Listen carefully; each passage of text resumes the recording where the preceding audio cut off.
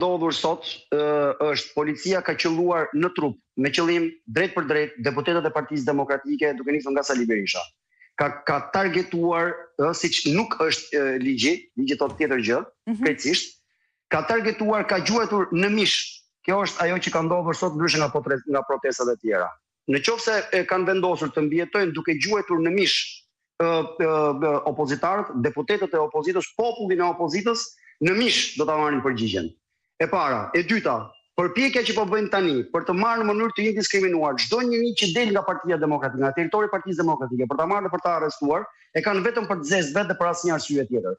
Ky nuk është kjo është një bandë rrugaçësh, kjo është banda e Suel Qelës, e Ergyes Agasit dhe të cilit prej atyre që e din fare mirë se cilët janë në grahmat e fundit, bëjnë këto punë, e din që janë të identifikuar dhe të identifikueshëm, por nuk kanë zgjidhje tjetër.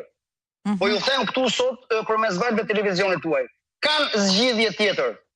Kanë edhe një zgjidhje tjetër. Të mos ta neglizhojnë.